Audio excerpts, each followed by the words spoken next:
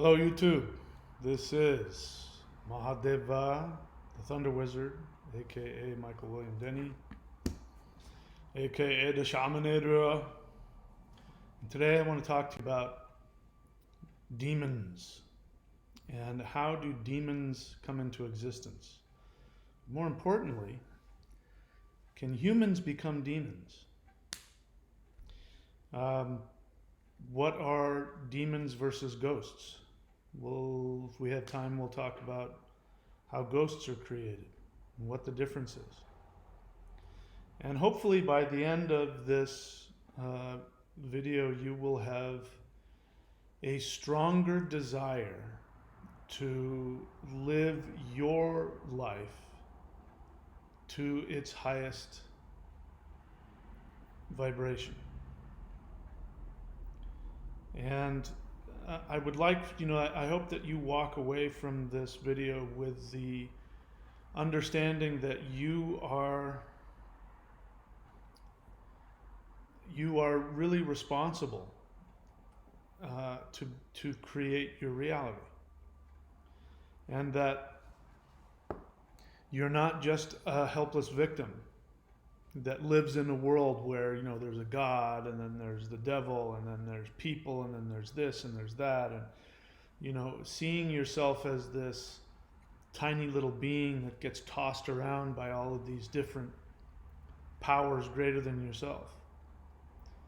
That hopefully you take a look at it and you will see what a tremendous privilege it is to be a human being, and that living the life of a human is a tremendous opportunity and privilege, and if you choose to, it can be an absolute adventure, absolute total adventure. And I guess that's what saddens me the most and what frustrates me the most is how human beings see themselves as victims. But the thought that a human can become a demon, I find that to be a very interesting concept, because that creates a lot of responsibility. People think that they can just live their life, and especially people who think that they can just that this life, their existence on earth really isn't all that meaningful. And people spend all this time thinking about the afterlife and when they get out of this life, when this life is over. And so there's really no attention paid to how important this life is that you have as a human. But when we start to realize that there are consequences, and that what you do in this life has consequences on your eternal existence, that the immediacy and the intensity of being in the moment that brings, I think, can be extremely valuable. So people want to, first it was, what happens in the afterlife. And then we had religions come along that just rubber stamped you one way or another. We had Abrahamic Christianity come in and just kind of make the decision, oh, you're either going to heaven or you're going to hell. And, there's really not a whole lot that you can do about it either way. It's not up to you. God, in his inscrutable wisdom, makes that decision for you. And yet you're punished for all the evil things that you do, but and so people just give up and they just go through life, and it's sort of like just to survive as best as possible. And of course, my thing is really coming and exposing victim mentality in people, in ourselves. I'm doing it for myself as well. So what about the question, what if it was possible for you to become a demon? How does that make you feel? How does it make you feel, the thought that you can become a god? the possibility. Possibility you can become an ascended master. Possibility that you probably think is going to happen, that you just stay human and you become human and you're trapped in the matrix. You're trapped in the cycle of reincarnation. But what about these other possibilities? As many of you may know, if you've been following my channel, I have been an exorcist. I currently am not. I don't go around doing exorcisms, but there was a time in my life that I did. In fact, everywhere I went, it seemed, I would just show up and there would be somebody possessed, and there was nobody around that could do it, and I'd end up doing it. And I was just a kid. I was only in my late teens and early 20s when all this was going on. And then later on, I got into ancient Taoist spiritual practice, which gives people the power in their hands to fight demons with your bare hands and go cleanse places and all of that. So I've got a lot of experience in that. But I have to say, the most evil and the closest thing to a demonic experience, not the closest because I've experienced it, but the most demonic of experiences was with a human being that was not possessed, by the way. So it wasn't that this person was possessed by demons, it's that the internal psychological state of this person was such that the end result was that you felt as though you were in hell, and you felt as though you were in the presence and being controlled by ultimate evil. And that was really, I'd never experienced that in my life. Looking demons in the face, fighting demons with my bare hands, having had my own experiences. Nothing was as evil and was as toxic as being in the aura and the frequency and the influence of that human being. And it's not what you think. I know it's probably going on in your head about what you think I'm talking about, and you're wrong. But that was pure evil. That was worse. That was a worse hell than, anything any demon could have done to me.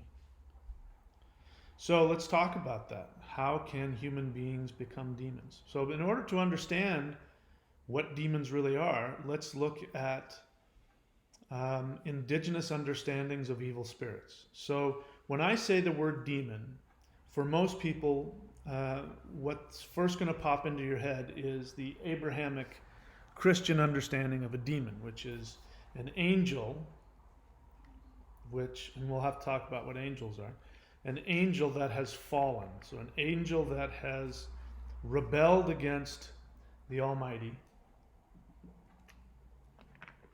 and has been cast out of heaven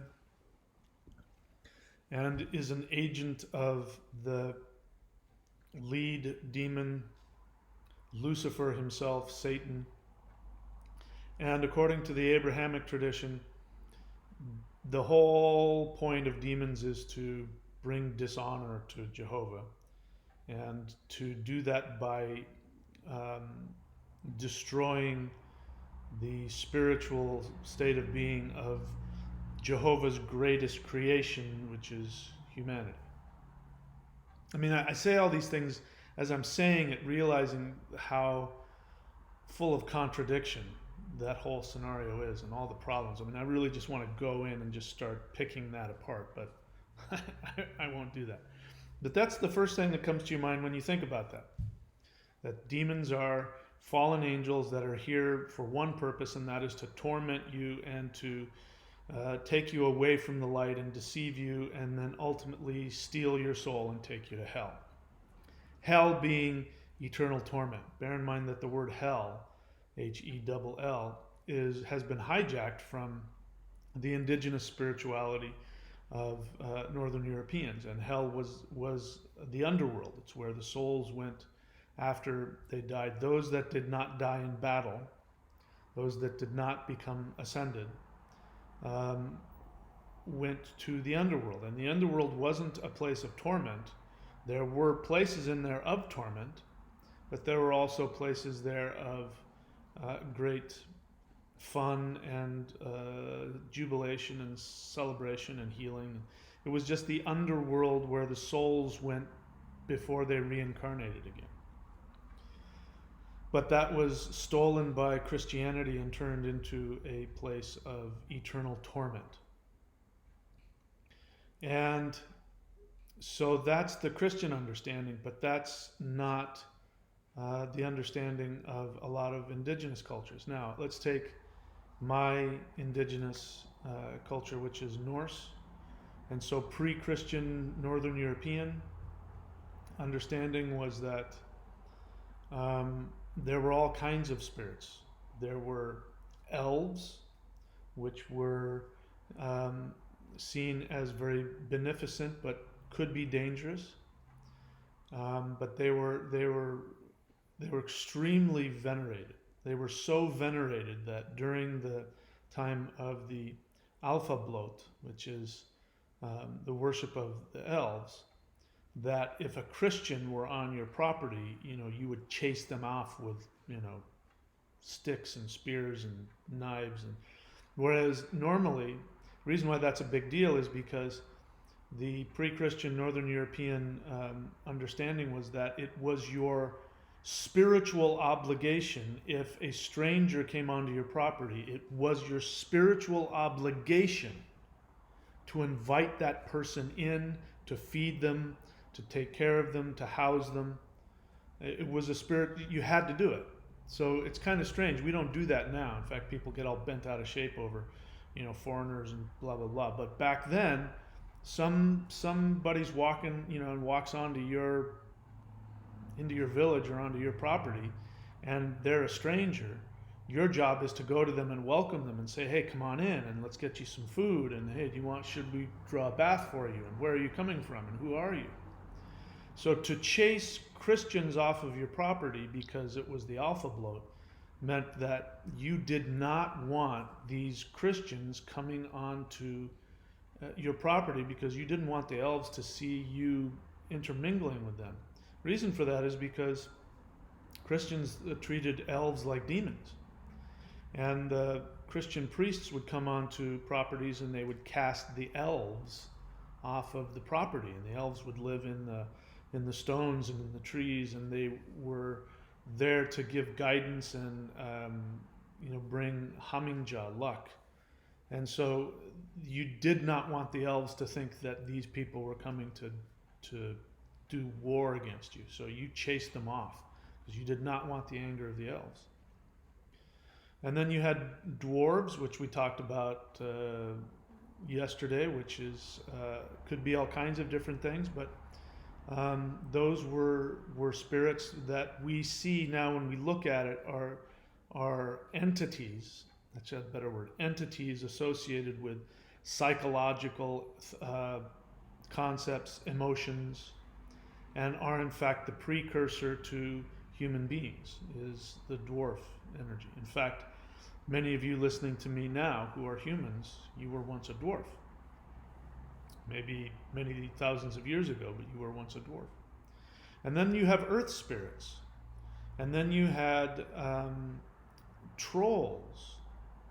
You had all of these different kinds of spirits, but none of them are associated with beings that have fallen from grace. You don't see that. It's part of nature. Shamanism, when you look at shamanism, I'm taking shamanism generally speaking, but when you look at that, you see that these different entities are actually created. They're just like human beings are born. Somebody said once, with all the people on the earth, it's not possible. Reincarnation is impossible. And I said, why? And he said, well, because there's only so many souls. And I didn't say anything at the time, but my thought was, that's a presumption. What do you mean there are only so many souls? How did those souls get here? So souls are being created all the time also. So all of these beings, demons, souls, elves, dwarves, trolls, they're all being created just like human souls are being created all the time. And there's evolution. All of these beings go through evolution and de-evolution and all that kind of stuff. So if we understand it that way, then this is a place of creation. This universe, nothing is static. Things are created here. So we have three selves. We have the higher self, which is up here, and this is actually an entity of it in its own self. It lives up here, and this is the part of you that you call your higher self, which gives you wisdom and knowledge, but you don't have to listen to it. But when you do choose to listen to it, you can get knowledge from the elves and from the gods and the ancestors on how to best live. You might even get some intuition about your future and where to go and all that kind of stuff. You got your lower self here in my navel center, and this has your unconscious and your subconscious mind. This is where all of your psychological issues are, and this is where your world is created. This is the powerhouse. This is the workhorse of yourself. And so there's a whole, actually there's a bunch of entities in there as well, but we treat it as one entity, the lower self. And then you have the middle self, which is your soul. Now that's you. Both of these two, the upper and the lower selves, are focused on the experience of the soul. The soul is the focus, and your identity is that of the soul. These two are just here to accomplish things. The higher self is working towards becoming an elf, and the lower self is working towards becoming a human. This lower self is where all of the action happens when it comes to creating demons, earth spirits, ghosts. They're all created from here. And so if there are any of these entities running around, there's a good chance that they were once the lower self of a human that did not have all three of their selves aligned, and as a result of that, at death, the lower self got squished out onto the earthly plane, and because it was not at peace, it's now running around being a spirit of some kind, either a ghost or a demon or a troll or something like that. Now there are entities out there that are not part of the human realm, and we call them demons, not necessarily because they're evil, but it's sort of like, we don't, they just don't have any empathy for us, and so we don't understand them, and they don't understand us, and to be in their presence is very uncomfortable because they're functioning on a completely, they just don't function like we do. So those can be thought of as being demons as well, but they're not all that interested in us, but they're around also. Anyway, so we have to start from this understanding that ghosts, demons, dwarves, elves, these are all things that are created. They don't just exist. That's why it's so important to be a human, and the responsibility that you have in your life, because what you do in this life, how you live your life, your work to stay connected on all three levels has all kinds of consequences. All kinds of consequences. It's not arbitrary. Just you walking through life and let's just get through life. No, you have the potential to create a demon. I want you to sit with that. You have the potential to create a demon. And if you don't work to get your three selves aligned, that can happen. Now, your soul may not be stuck with that. If, for instance, you don't live your life in such a way that all three of your selves are aligned, that you become aligned to your soul's true path, your dharma, your orlog, your soul desire, your soul purpose, your soul will leave and will go to places that souls go, like the underworld or to the upper realms or things like that, but you will have left behind, potentially, an entity that thinks it's you running around on this earth And whatever state your unconscious was in when you left here, that's what you leave. So you could have created a demon that goes and possesses somebody. You could have created a ghost that goes around and haunts things. You could have created an earth spirit. So before I go any further, some of the shamanic understanding is that we have these three selves that when we physically die, they all go their separate ways.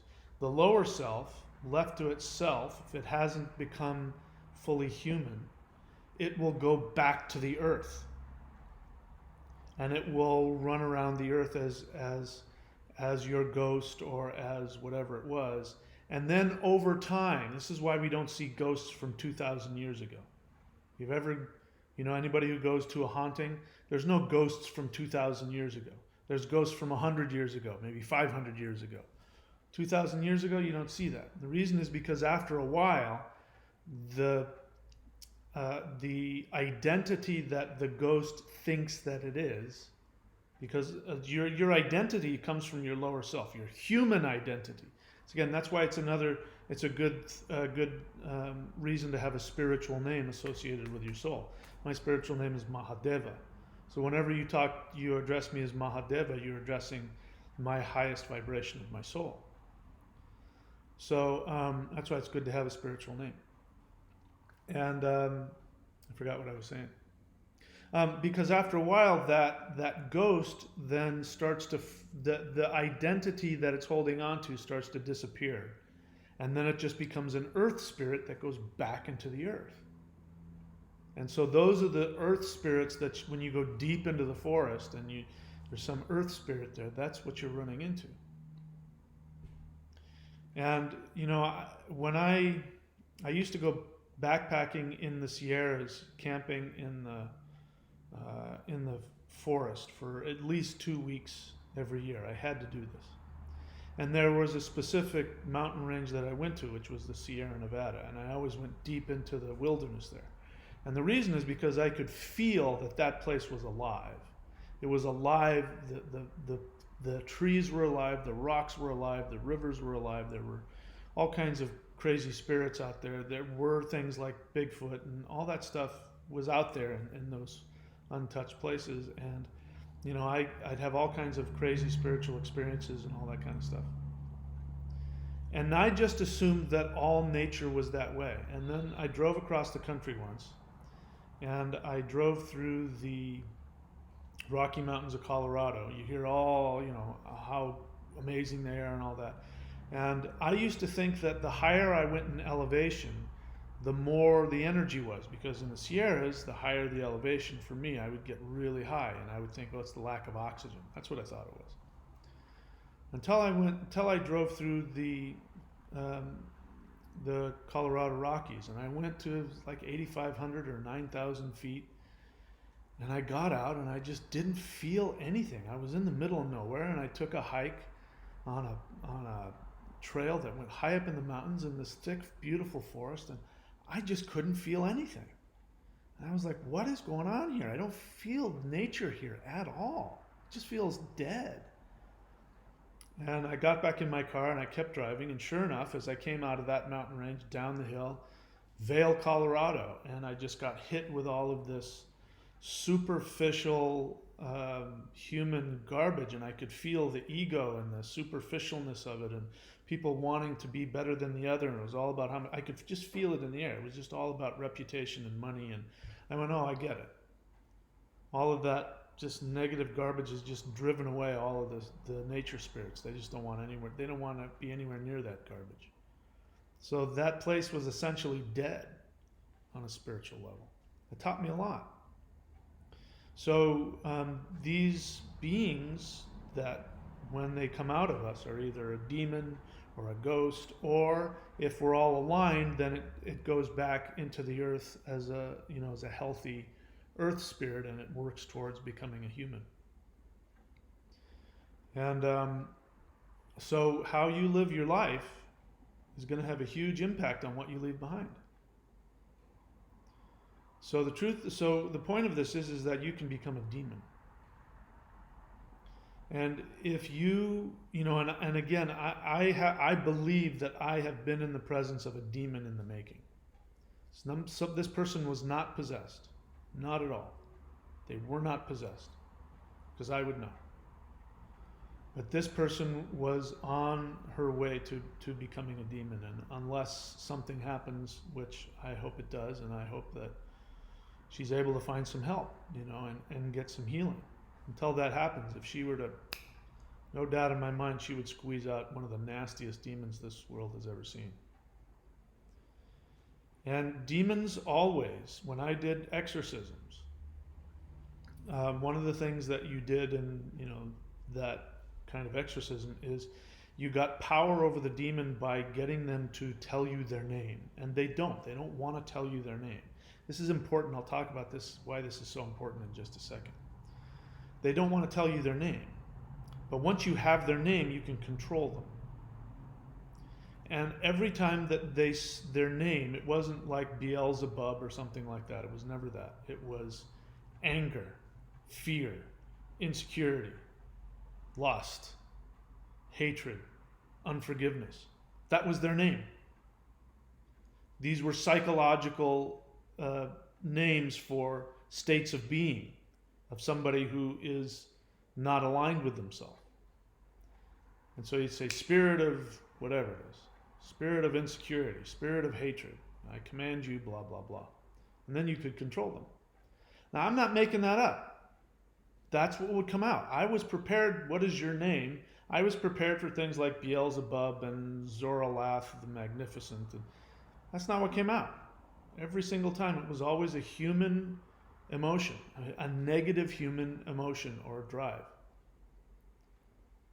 That's important to understand. That means that this is why you victims. This is why I come down on you so hard. Because you have no idea. Staying and indulging. I mean, some of you are proud of your victimhood. There's a guy that's been on my channel. I don't know why he's still here. MGTOW is monk, right? I don't know, maybe he's listening. But he just keeps coming back and focusing on all this, and I can tell the guy's just racked with victim mentality. And I come down on you guys so hard because you have no idea that you indulge in being a victim. And it's totally unnecessary. I understand the drive to do it, and I understand that you feel that you have no choice because you'll list as you do. But what about this? And the government does that. And what about women? And they do that. And what about this racial group and this country of these people and what they're doing and this political group and they're doing it to us. My God. I understand because you really honestly think that everything is doing it to you. And I know that for me to tell you when I say to you, you can choose. Doesn't matter where you are. Doesn't matter what your circumstances are. Doesn't matter how bad things are. And if I say to you, if you choose to trust the universe, and if you choose to accept that you have full responsibility, that whatever you have, you've created, and you can create whatever you want, and you fight me on that. It's like I'm handing you this gift of total, mastery of everything. It's here, take it. And you go, I'm not going to take that. And then you start to complain about how horrible. I'm like handing you the key. Do you want it? You don't. You would much rather be a victim.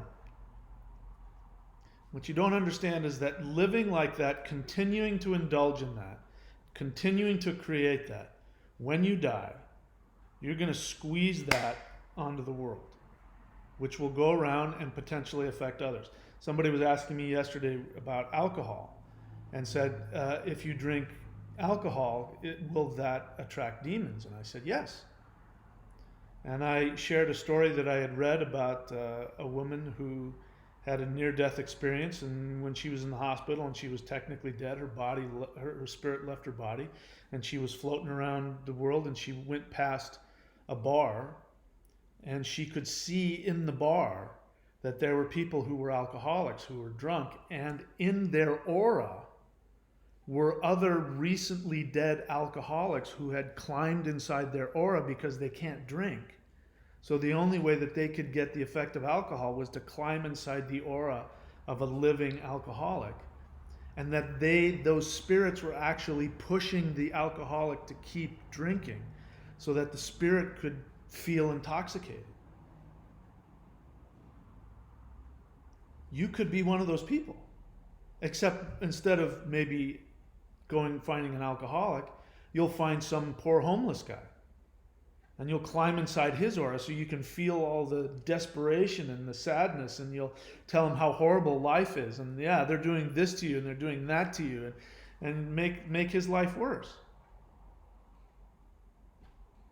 There's a responsibility to choosing how you live. And it's so hard for me.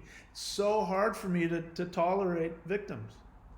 And at the same time, I get it. And I'm thinking, every spare moment of my time, I'm thinking about how I can get absolutely everything I want in life. And so like when MGTOW monk comes on my channel and starts trying to make me look bad, because he'll put in the comments about how I charge money for my time, I'm like, yeah, and I'm proud of it. Why aren't you doing the same? Why aren't you telling the world, I have this skill and this experience, and I deserve to be paid for it, and you'll benefit from it? Why aren't you doing that? I don't understand. I mean, I do understand, but anyway, so we could keep going on and on, but I know there's a lot of questions. The way this works, if you're new to the channel, is that this is a question and answer. I do not care about your thoughts or opinions. Nothing personal. I only want to answer people's questions. A question is an honest question that you have about what I'm talking about. And if you have a question, what you're going to do is you're going to write in all caps the word question, and then in normal script, you're going to write your well thought out question. I'm sorry if you're on the phone, but put some time and effort into actually writing a sentence with punctuation and with a verb and with an object so that I understand what the hell the question is. Okay? And I'm only interested in the questions, and if you're a troll and you keep spouting things or putting your opinion out without me wanting you to, I may kind of shut you up or block you or whatever. Anyway, but feel free to ask any questions you want, and don't take my response personally, because I'm looking to expose to you the source and the reason of your question, so that you can learn and grow. I have a short amount of time, so people think I'm harsh, but it's because I'm trying to get to the core of your issue. So be careful what you ask. If you ask a supercilious question, I'm going to come down on you really hard. If you ask an honest question, you will get a much kinder response from me, and I'll try and help you. All right. So becoming a magi. Nope, that's not a question. Anti-kami question. I wonder what political party he's in. Question: what determines how powerful a demon is? I don't understand the point of that question. I mean, who cares? What determines how powerful a demon is? I mean, the same thing, what determines how much of an asshole somebody is? How much pain they're in. How's that? It's a good question, actually, now that I think about it. It depends on how deep their dysfunction is, how deep their pain is. Demons are no different than humans, and humans who are, quote, evil are humans who are running away from their divine essence, and they're afraid of it. That's why Dracula is afraid of the sun, because the sun represents the soul, and if he gets out into the sun, the soul will burn him. That means that if you connect to your soul, you'll get over whatever your victim mentality is, or your pain, or whatever it is that you're indulging in. So demons are no different than humans. They're running away from all entities are pieces of the divine essence of the universe, and they're either running towards that or running away from it. So depending on how much they're running away from their divine essence will determine how powerful they are. You're asking it for a different reason. It makes me want to attack that, but that's the answer to your question. Coming Magi, that's not a question. Coming Magi, all right. Anti-Kami question. I feel better when lesser people bow to me and have lesser sense of self. Does that make me a demon? Well, you're certainly working towards it. First, my respect for your honesty. I would be lying if I said I didn't understand or relate to it. And I think a lot of people do. But, let's be honest, it comes from insecurity. I mean, let's look at your profile name, anti-Kami. Your profile name is focused on everybody else. You're anti something else out there. It doesn't say who you are. You're not talking about you. You're not coming from your, I am proud of who I am. Your name there says you feel you're a victim because the commies are out to get you. And who knows whoever else you think is out to get you. And that is reflected in this question. You want people to feel less than you. I totally get it. You want them to bow to you, and that's because you're insecure. Now, if you can get honest, because I'm insecure too, obviously. I mean, if you watch my channel, you see me get insecure all the time. We all have these things. It's not that we need to be free of any negativity. It's that we need to be conscious of it. That's all that matters. You can actually be the most evil person in the world and want to do the most evil things to people. But if you are conscious of that and you make the decision to act in ways that are constructive, you will then be treated like a sacred spiritual person. People don't care about your essence. People care about how you treat them. I talk about this person that I talked about who I said is on the road to becoming a demon. Her essence isn't evil. She doesn't want anything evil for anybody. She doesn't want to harm anybody. In fact, quite the opposite. What she wants is to be a very spiritual person. But she's incapable of taking action on that feeling. She takes action on all of her unresolved, on her mental illness. That's the only thing she's capable of doing because she's unwilling to look at that. In fact, she'll look at everything but that. And so it's not her essence that's evil, it's her actions. And so anti-Kami, if that's how you feel and you're conscious of it, but you take actions that are opposite that, and you seek to heal that insecurity, then it doesn't matter that that's how you feel. No, it doesn't make you a demon that you feel that unless you act on it. If you start acting, contrary to that, there's a thing called taking contrary action. This is what they use in 12-step groups. This is one of the things that keeps alcoholics and drug addicts from drinking. They'll say, I'm an alcoholic, I'm a drug addict, meaning that they have, they have this addictive tendency within them, and part of it is to accept that, not to deny it, but then have the ability to take contrary action. The first one is you want to go pick up that drink or that drug, but you don't. You do the opposite. You're selfish. They'll also say they're selfish. They want to go out and use people and take from people and steal from people, but they do the opposite. They go out and they give to the poor and they feed the homeless. And the actions of doing the opposite of what their instinct is what creates the good karma. This is what keeps them sober. So you get the positive benefit from taking action on knowing what is the right thing to do, not how you feel. The universe doesn't judge you on how you feel. It judges you on the actions that you take. Rome TV question. Demons keep attacking me in my dreams. Well, we talked about that yesterday in the sleep paralysis. Does that mean anything? Well, of course, everything means something. I can tell you basically what it means is that there's some very seriously unresolved issues in your unconscious mind. This is what therapy is all about. I've experienced it. I've had that.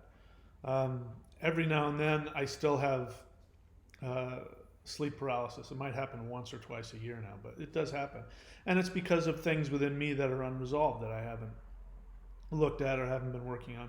It's one of the reasons that I'm constantly doing some kind of spiritual activity, whether it's mantra meditation or qigong or yoga or surfing. That for me is a spiritual thing. These things keep me happy and keep me connected to my spirit, and when I do that, I tend not to have those dreams. So if you're having dreams like that, it means that you have really unresolved issues.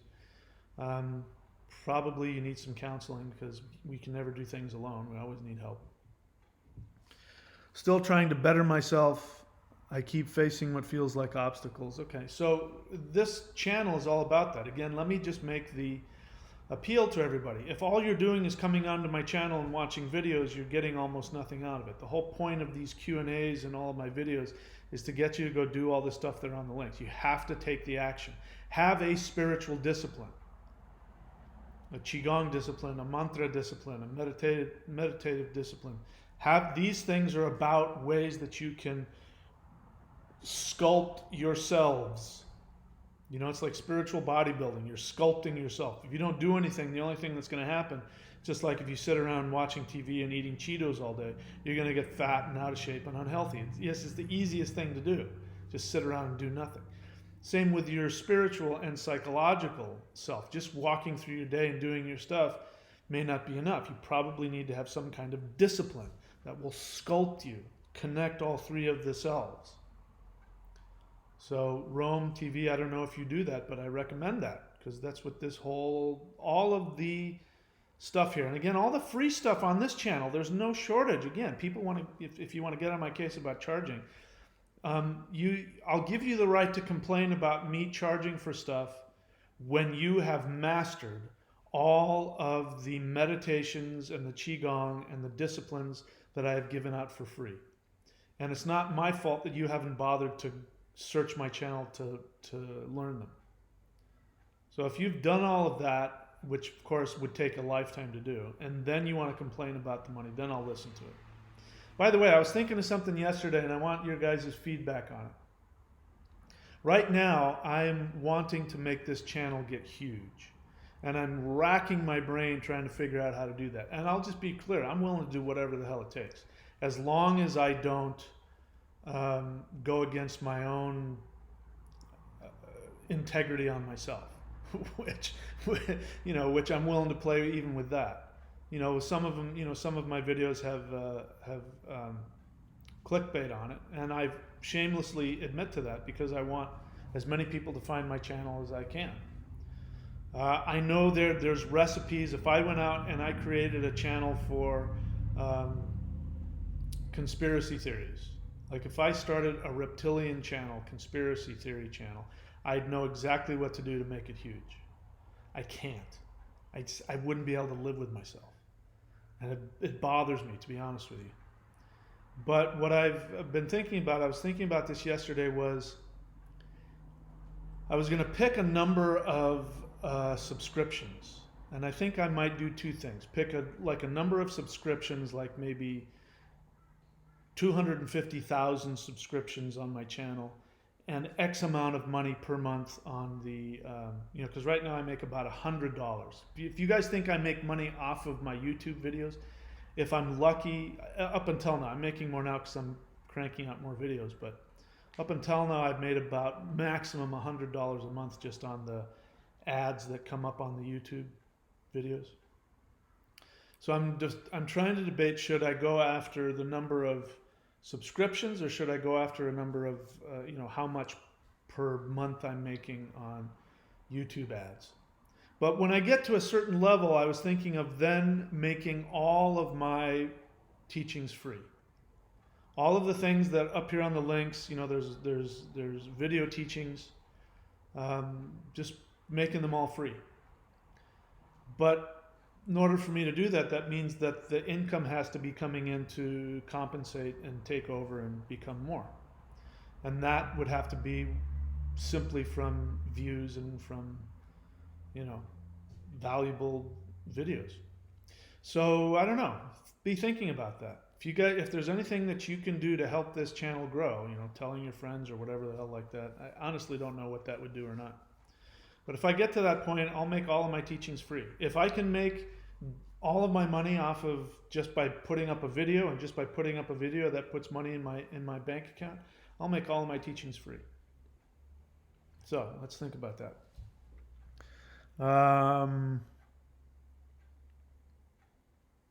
Paul Christie, if you have a question, write the word question. That question, even if I were to answer it, it's not, you haven't put out a readable question. I don't know what the hell you're saying. So if you have a question, write it. So Tara Dawn, I'm not interested in your thoughts. They're very great, but I'm interested in your questions. Only in the questions, please. Young Elder question, do demons dress in black in dream state? I don't know. Why are you asking me? You're obviously asking me because you have had an experience or something. I don't know that they dress in anything. They can come in any form. So there's no reason why they wouldn't. But it's not like, they all dress in black. They can't wear pink or... I mean, demons can look beautiful. Demons can be the most beautiful, tantalizing thing you've ever seen or felt. So they're not forced into one color or other. All right, let's see. Where are we going here? Again, I'm trying to scroll through everything other than the questions. Vince, question. Oh, wait, there's a couple I missed. Here we go. Oh, there they are.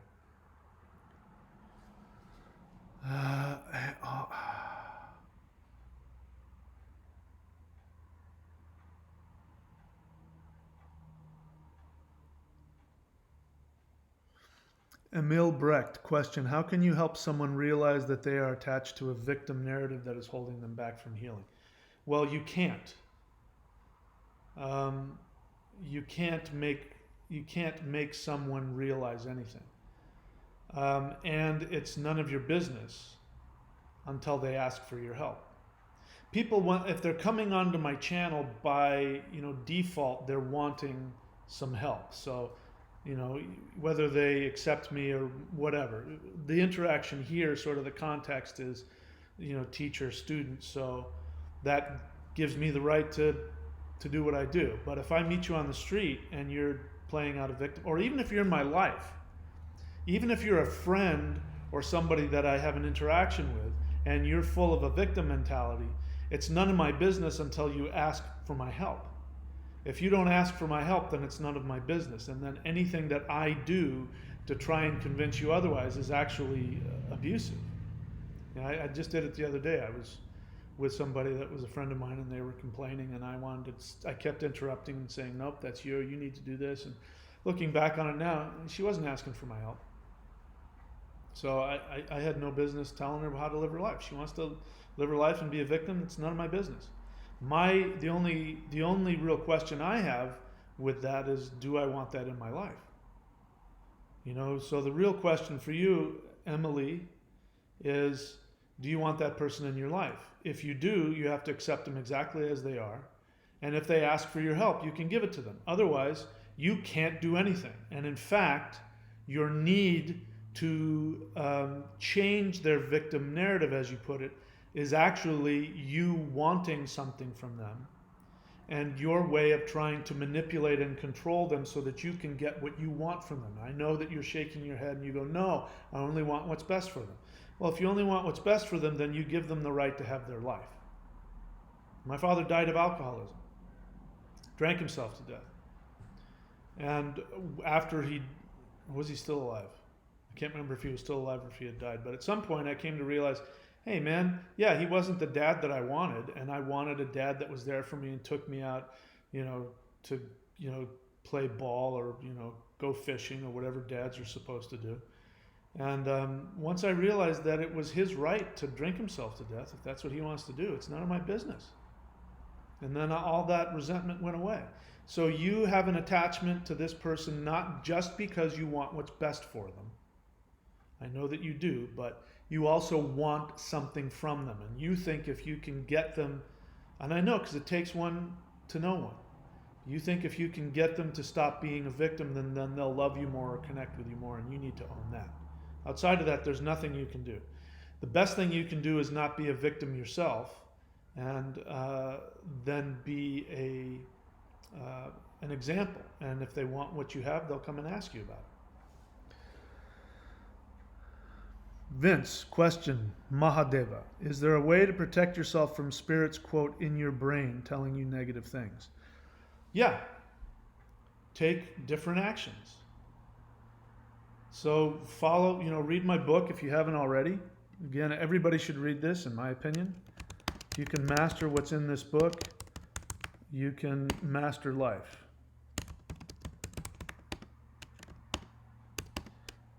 Shamanic Secret Commandment to a Perfect Life. Go here to courses.thunderwizard.com and click on books, or go into Amazon and type that in and type my name in, and go get that book. So don't try and fix your thoughts.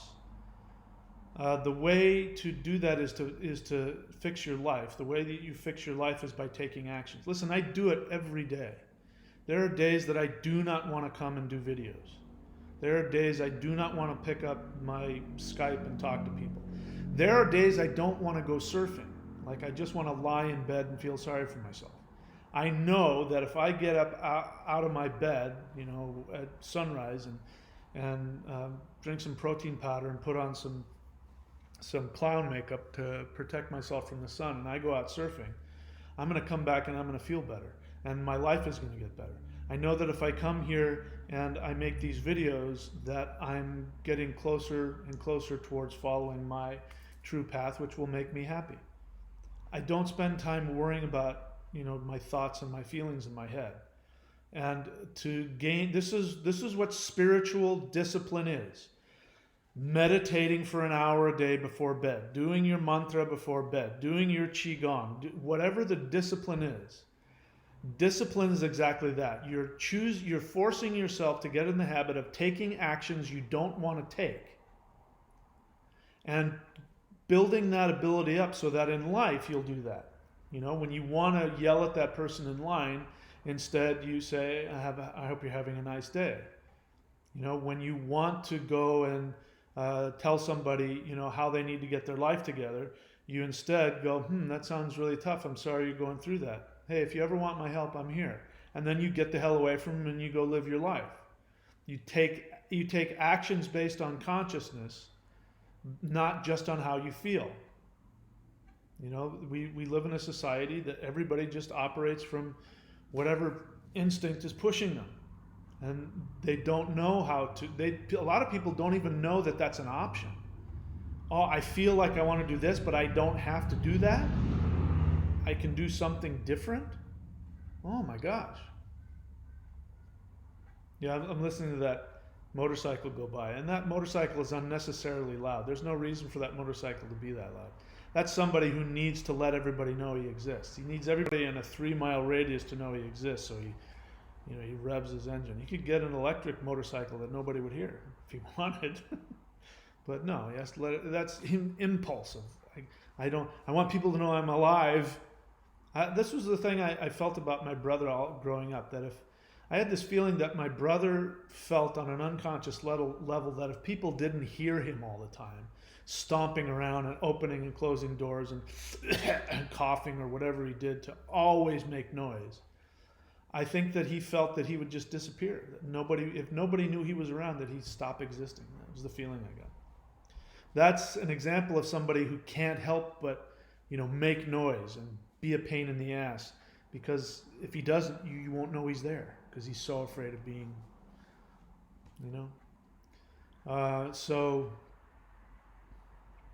yeah.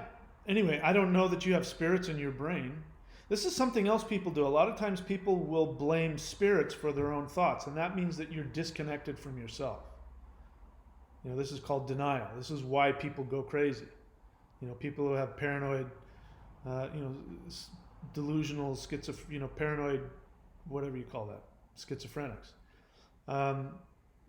I'm not a psychiatrist, so I'm not telling. I know that there's probably chemical things going on in the brain as well, but all of their voices are all of their insecurities. Their voices are their insecurities that they have, that they're not owning, and so they externalize them and they become these voices. But the voices are all their own insecurities. They're beating themselves up all the time. And like in the movie A Beautiful Mind, at the end of the movie, it's not that he overcomes his schizophrenia. It's just that he just doesn't he doesn't let the voices tell him what to do anymore. They just say what they say, and he does what he knows is right. And that's just that was such a perfect way of doing it. So whatever demon voices you have in your brain, even if they don't feel like you, they're coming from you. And even if they are entities that are outside of you, those entities are just looking at the script in your head and saying, oh, he's insecure about that. His mom did this to him and he hates women. And so we'll just keep telling him. But it's all you. It's all your feelings. So instead of making it about them, you should go, wow, write down, go, wow, I have a problem with women, or I think this about myself, or I really hate myself here, or I really don't like those people. Why am I so afraid of those people? And then you can get some power over it. But even if you don't do that, take contrary action. Again, this is why it's good to have a teacher. That's why it's always good to have a teacher, have a mentor, because we always need somebody else to help us. You know, as I say, brain surgeons cannot do brain surgery on themselves. They got to find another brain surgeon. Netta Jude question: what can you share about healthy, happy family that move into a space that already has entities, especially when children are affected? Well, first off, why are you asking this question? I'd much rather you personalize it. Are you saying that you are a healthy, happy family that moved into a space that already had entities and you have children? Rewrite the question and tell me why you're asking it, and then I can help you. But you have to own it. Otherwise, asking me to talk about something, I'd much rather know what it is what problem you're trying to solve, and then I can help you. Nat Hippo question: how can a person overcome the drive to drink alcohol? Is the drive to drink driven by entities we can't see, or does it come from within our own mind? How can a person overcome the drive to drink? Bear in mind that not everybody has the drive to drink. There are some people that have no drive to drink. So are you talking about yourself? Rewrite the question and tell me how you feel. Are you the one that's driven to drink, or are you talking about others? And then I want to know why you're asking the question. Fancy Fortnite Games question: can individuals who are on the way to being demons take the energy from those around them? Yes, absolutely. And how do you protect yourself? How you protect yourself is that you learn how to follow your own path, your own power, because the more that you follow your own path, the less these people will be attracted to you. I keep sharing about this person that I was with, or a relationship. I take full responsibility. It's because I was still, when I met her, I was still mourning the loss of my partner who had passed away. The love of my life, the ultimate love of my life, and I was trying to replace her with somebody else. I was still in pain, and I wanted somebody to come along and be her. And this woman came along and on paper started acting as exactly what I wanted, and I did not look at any of the warning signs. I completely looked all those because I wanted her to come and fix the pain in me. And so I attracted it. If I hadn't been in that space where she could steal my energy or whatever else you want to look at, she would have passed me by. So if there are people in your life that take energy from you, you want to know how to protect yourself? Own your own stuff. Look at your agendas, what it is you want to take from people. If somebody's taking from you, it's because you want to take from them. So what is it that you are trying to take from other people? What is it that you haven't worked through? And go after what you want. Make yourself happy. Again, if I wake up in the morning and like today, the only reason I'm not surfing today is because I went yesterday and I need to give my body a break. But tomorrow, if it's like this, I'm going to be surfing in between clients. So you find whatever your surfing is. My surfing is my reason for being on this planet. What is your reason for being here? Go do that, and then you'll be less interested in other people. Okay? My kids named me on YouTube. Your kids named you? Fancy Fortnite Games? Okay. I don't know what that means, but Vince, question: what practice do you recommend to reconnect and balance the three selves? Anything I teach. Do any of it. If you want one, I have a specific one. that I've created, which is the immortality package, which is going to be it's $400 off, and immortality.thunderwizard.com. It's $400 off, and it's a bunch of it's three or four different things smashed together. I mean, it's a hugely great value.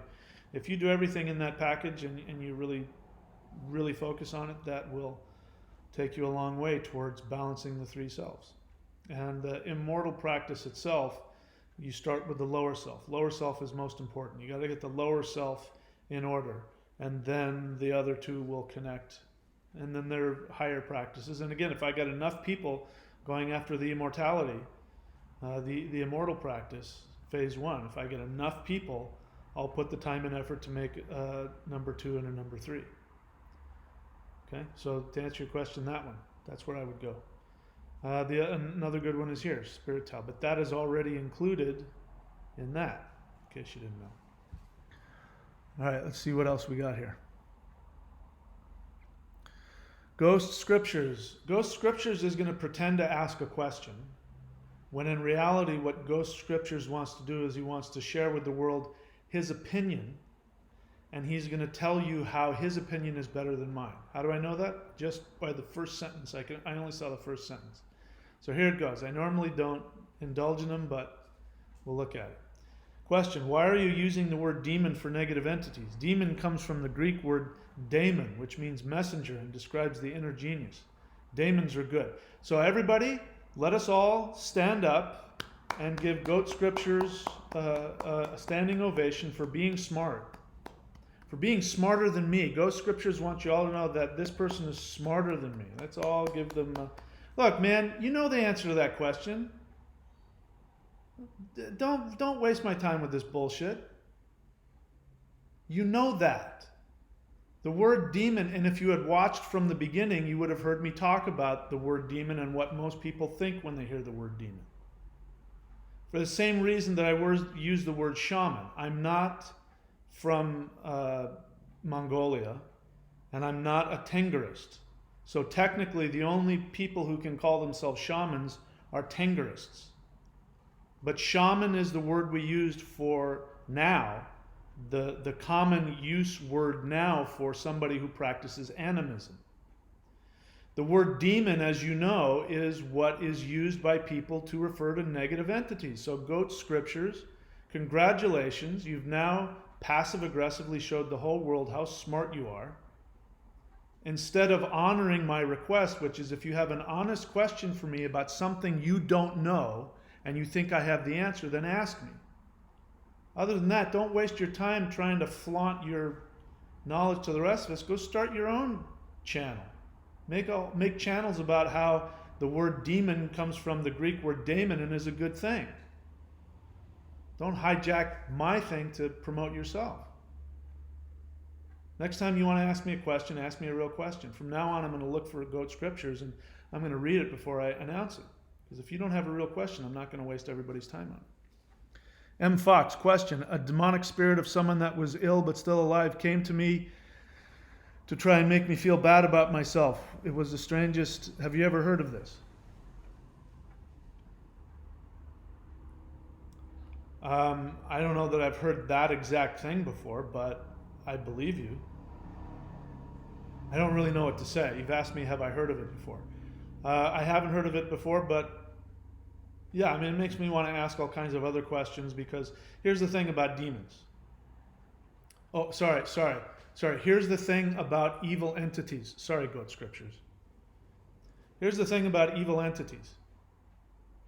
They are attracted to your insecurities, your pain, your fear, your anger. So if there's a demonic spirit of somebody that was ill but still alive and it came to you to try to make you feel bad about yourself, it's only because you already feel bad about yourself.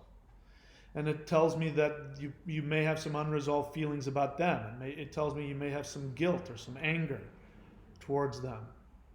Because it may not even be from them. It could be completely created out of your own unconscious, unresolved issues.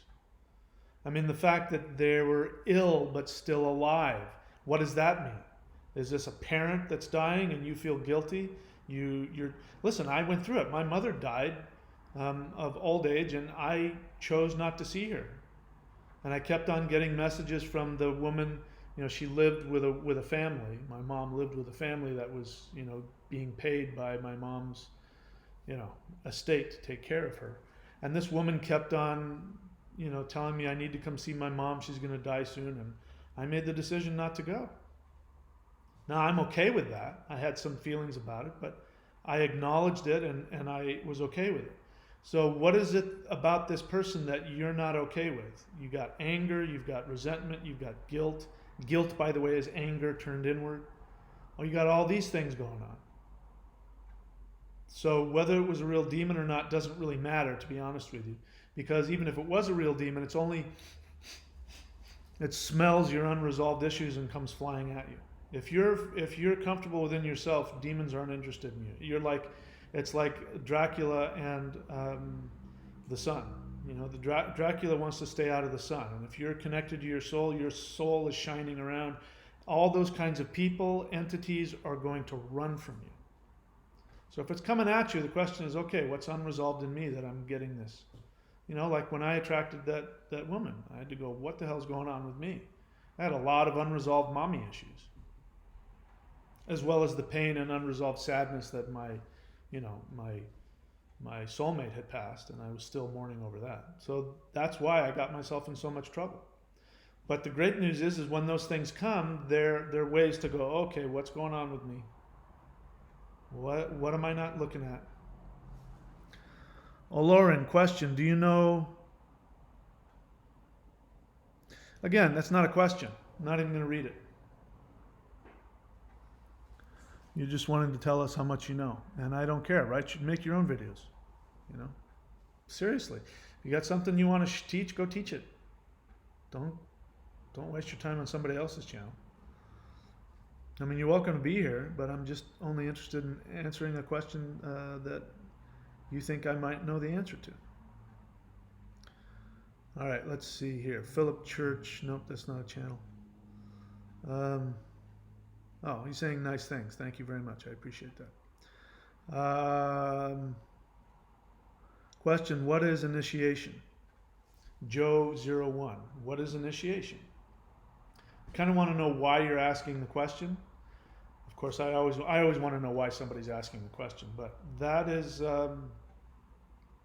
if we're talking about a shamanic initiation, if we're talking about the universe initiating you, shamans will go through a near-death experience, or they'll get sick, or they'll go crazy, or they'll go through dark night of the soul. Traditionally speaking, a shaman will have a near-death experience, and while they're in their, you know, either in trance or in a dream or sick or in a coma or something like that, they'll have an experience where the gods or the ancestors are literally chopping them up into pieces and putting them into a cauldron and then pulling them out whole again. And all you have to do is just listen to that imagery, because that's what initiation is. If we're talking about initiation into a spiritual practice, then that means you're entering into a relationship with a practice, perhaps a teacher, but definitely with a group of, you know, a class of beings. Like, you know, if you get initiated into a Taoist tradition, you're working with the ancestral masters of that tradition, and the energy of that tradition is very specific. And many of them will not allow you to be an initiate into another tradition, because the energies may not mesh together well. So if somebody wants to become initiated into the Thunder Wizard path, do the Hul breath. That is the initiation into Mother Hulda, which is the earth goddess, the earth energy. And in my experience, that will not contradict any other initiations out there, because it's the Mother Earth. So if you want to be initiated in what I teach and work with the entities and the gods and the spirits and the ancestors that are teaching me and working through me, go and learn how to do that. Again, not interested in anything but the questions. Holly Julia, question, how come certain people are more susceptible to demons? I think I answered that in the previous question earlier, so you must have asked that before I answered it. Lauren, question, who was the better magician, Crowley or Gurdjieff? So Lauren, one of the things we do on this channel is you don't ask me questions about other teachers, and you don't ask me questions about things I don't teach. Now, if you don't know that, I can't hold that against you, if you're new to the channel. First off, I don't want to, if I do mention a teacher, like and I want to analyze what they do, it's because I've really thought it through, and I have a feeling that there's something to be gained through the discussion. But most of the time, it's disrespectful of you towards me, number one, because why are you asking me about another teacher? Why aren't you giving me the respect to say that your teachings are valuable and teach me about this thing about what you teach? So basically what you just said is that I'm nothing and that they're something. So that's disrespectful. You didn't mean it that way. It's disrespectful to them because you're asking me to say something good or bad, and I, out of my ignorance or out of my jealousy or out of my human limitation, I may say something bad out of somebody that didn't deserve it. So there's nothing positive about your question. Nobody benefits from it. Brandon Pitts, question, do we become demons if we do not recognize our shadow self? Okay, so you're introducing an assumption. I don't teach about shadow selves because I don't believe that it's healthy for us to not identify with everything within us. So a shadow self is like your shadow, it's not you. And it's a way to distance yourself from uncomfortable negative feelings like pain and fear and anger and lust and greed and those kinds of things. So I don't buy into the whole shadow save. I'm doing a lot of shadow work. You're not doing shadow work. You're just looking at your uncomfortable feelings. They're all part of you. It's all one big 100% bag. So not recognizing your shadow self, the term is tripping me up, but I talked about this earlier, is that a negative entity is any consciousness that is running away from its truest divine essence. And so if you want to avoid becoming a demon, then take the actions that take you toward your highest joy. Read my book. Read my book, The Shamanic Secret Commandment to a Perfect Life. That will make sure you never become a demon. And it will ensure everything else. Good health, happiness, prosperity, love. All those things come from that. That's my belief, accept it or not. But out of all the stuff that I sell and all the stuff that I teach, that tiny little book, it's cheap. I don't even know what it is, 10 or 15 bucks. If I'm lucky, I'll make $5 out of it if I'm lucky. You can read it in an afternoon, but it'll take you a lifetime to master. Question, do you have a place where people can put in testimony for the benefits they have received from working with you? I don't have a specific place for that. That's a great, really wonderful thing to ask. What you can do is what you just did, and put that in right now, put it into the comment section of videos. I've got such and such from Mahadeva, and it was the best thing, and he's the best thing since sliced bread, buy all of his products, whatever. You can do that. I haven't put together a testimonial page, if that's what you're asking, but thank you for saying that. Tara Fair, what category of entity would you classify the gods? The gods Baal, Marduk, and Pan. Well, as we know, Baal and Marduk are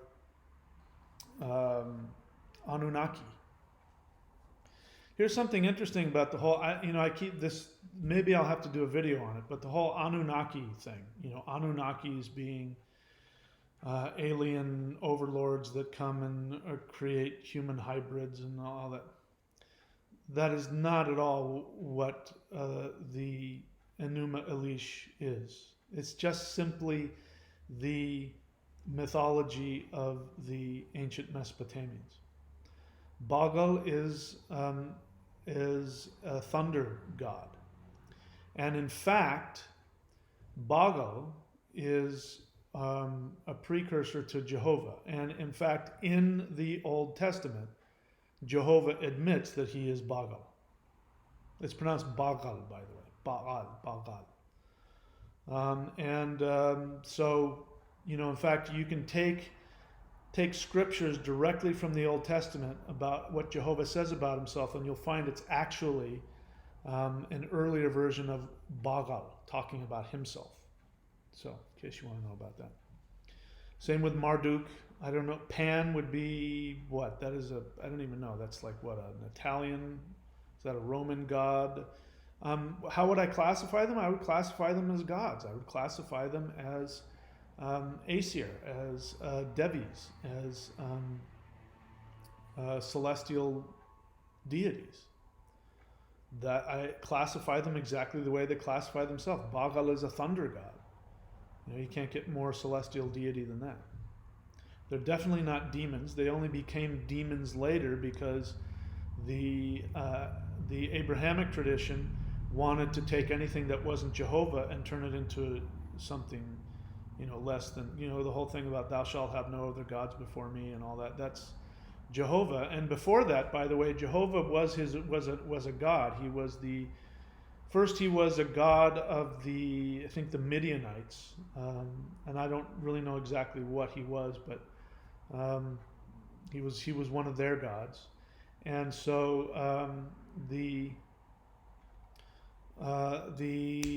what's the word for the Hebrews before they started calling themselves Hebrews? I forget the name. You know what I'm talking about. Moses and Joshua went to go defeat I forget the name. But that's who they were, the original people of the Levant. They were polytheists. And Jehovah was one of the gods of the Hebrew people. Before the Babylonian captivity, the Hebrews were polytheists. They worshipped the sky father and the earth mother and the gods of this, that, and the other thing, and Ashtaroth and all that other stuff.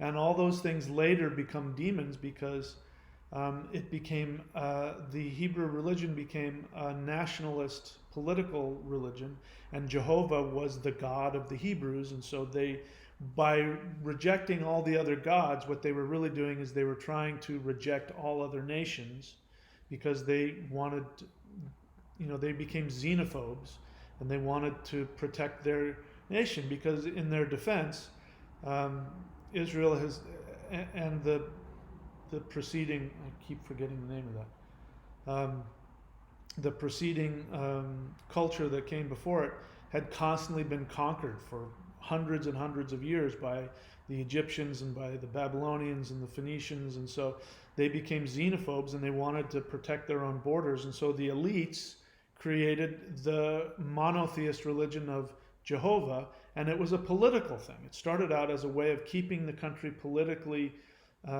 isolated and empowered. And so those guys wouldn't lose their power, because what happened is the elites got taken off. When the Babylonian captivity happened, it happened because the elites and the priests refused to pay their taxes. And so the Babylonians came in and said, oh, really? And they wiped out the temple, put out the temple flame, took the elites into captivity. The elites in captivity spent 70 years going, how the hell did we lose power? Let's figure out a way to keep it. Let's create this religion where we can hold on to our power. And so they created a religion around that. And I'm quite sure that as soon as they came back after the 70-year captivity period, and they wiped out all of their own indigenous polytheist religion, and I'm quite sure that then there was a Holocaust. I'm quite sure that there was a Holocaust where thousands and thousands of people were put to death for worshiping the old gods. So Jehovah is nothing more than the human ego. It's the human narcissistic ego. And that's all you're worshiping. So all the other gods were gods up until Jehovah got a sprig up his butt and decided that he didn't like anybody else in his house. So it's just xenophobism. It's a way of attacking other religions in order to keep keep their society, pure. Sound familiar? Nat Hippo. Let's see. What happened here? Nat Hippo. Where'd he go? Question. I'm talking about myself. I don't want to drink, but I feel driven to drink in an alcoholic way. I feel like I have no control over this and often wonder if there's a spiritual aspect. The answer to your question is yes. Why the hell aren't you going to Alcoholics Anonymous? Alcoholics Anonymous is a spiritual program to help people like you who can't stop themselves from drinking. So get your ass to an AA meeting and find out what they do. It's the best thing I can say to you. Okay, no more questions. Okay, so Beeman2468, if you want a question, write the word question. Because otherwise I'll miss it. Because as you can see, there's everybody, hi everyone, and my name's so-and-so. And I have to scroll through all those people to get to your question. There it is. What does it mean when you see the same numbers like every day, like 111, 222, 333, 444, 555, 11, 11, 12, 12? I see that all the time. I've read stuff online, but I'd love your opinion. Yes, that's a very good question. Whenever you have, see, it's 1132, but in less than an hour, it'll become 1212. And let's see, 1132, so 20 minutes ago or something like that, it was 1111. That's all that it is. Just when you're dealing with numbers twice a day, it's going to become 111, it's going to become 1111, it's going to become 1212, it's going to become 1010, it's going to become 909, 808, 707. If you're using the 24-hour clock, it's going to be 2222. It happens twice a day. The only reason you're noticing it, what's important about your question, is that you are wanting to find a sign that says that you are important to the universe. You are looking for ways to justify your very real need to feel that you belong in the universe and that the universe cares about you and loves you. That's all that it means when you keep seeing numbers over and over again. Because the truth is, you're seeing 917 and you're seeing 221 and you're seeing all these other numbers that aren't together, but you don't pay attention to them because they don't have any significance to you. If somebody told you that the number 917 had, what meant enlightenment, you'd be seeing 917 everywhere you went. And what it really means is that you want to feel connected to the universe. So my suggestion to you is to stop looking for numbers and find it within yourself. That's what spirittao.com is about, for example. Get connected to energy. That's one of the reasons I did it. Because whenever I do it, all I have to do is just certain movements and all of a sudden I get filled with all this power and I feel, oh my God, I am a valued part of the universe. The universe loves me. It's filling me with all this energy. I'm this divine being. I'm here. That's what you want. So don't waste your time with that. Do the real stuff. Do some kind of spiritual practice, discipline that will connect you to life force energy so you'll feel valuable and you won't have to look for outside things to do it for you. Well, Lauren, question. In simplest terms, what is evil? I already said that. Evil is anything that is running away from its divine essence. I only asked about Crowley as opposed to Gurdjieff because I view Crowley as evil. So you didn't ask. Again, that's your opinion. What you want to do is you want to make a video about your opinion about why Crowley is evil. That's all. Catherine Ann question, could you explain what blood sacrifice has to do with your teaching? Catherine Ann, are you new to my channel? Are there videos where I talk about blood sacrifice? So I invite you to put the time and effort into watching my channel and finding where I teach about it. What I ask that people do is, when they can, ask me questions about things I teach. And is it of Satan? If you're asking me, your question, is it of Satan, has a presumption in it. You presume that Satan is the Lord of the demons and all of that, and so you presume that I believe that to be true. So again, put some time and effort into finding what I teach, and you'll find out you'll answer both of those questions just by finding out what I teach. Okay? Welcome to the channel. What else? Team Everlost.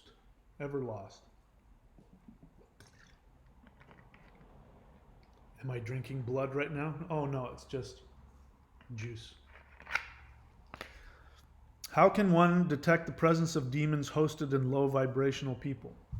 And how do you first start to go about preparing to do battle with them? First off, why do you need to know that?